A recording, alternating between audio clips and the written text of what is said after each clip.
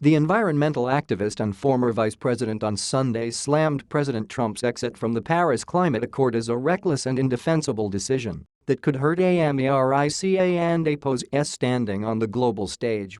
Gore, who won a Nobel Peace Prize for his environmental work, said the Trump administration has been tongue-tied and confused about the climate crisis. "The rest of the world is moving forward," he said on ABC News this week. President Trump isolated the United States with this reckless and indefensible decision, but if he won't lead, the American people will. Gore has been one of America's most recognizable climate activists for more than a decade and plans to release his second global warming documentary, an inconvenient sequel, Truth to Power, in July. He spoke with Trump for months about the need to tackle global warming, something the president once dismissed as a hoax. Gore met with Trump in December at Trump Tower and called him as recently as last month to persuade him on the issue.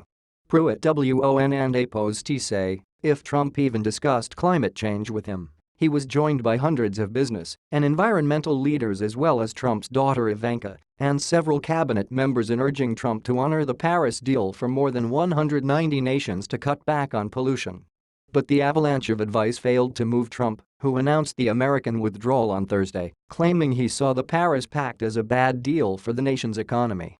"I thought that he would come to his senses on it, but he didn't," and APO's Gore said Sunday on CNN's State of the Union. As Gore made the rounds on Sunday talk shows, so did Environmental Protection Agency Administrator Scott Pruitt, a climate change skeptic who refused to say if he even talked to Trump about climate change before the United States abandoned the arrangement.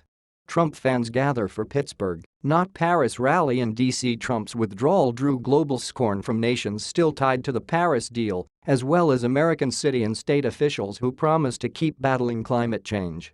Gore said that local leadership is now America's best fighting chance. And APO's now seeing governors and mayors and businesses and civic leaders really beginning to move regardless of what the White House says, he said on CNN. The American people are going to provide leadership, even if President Trump will not. Send a letter to the editor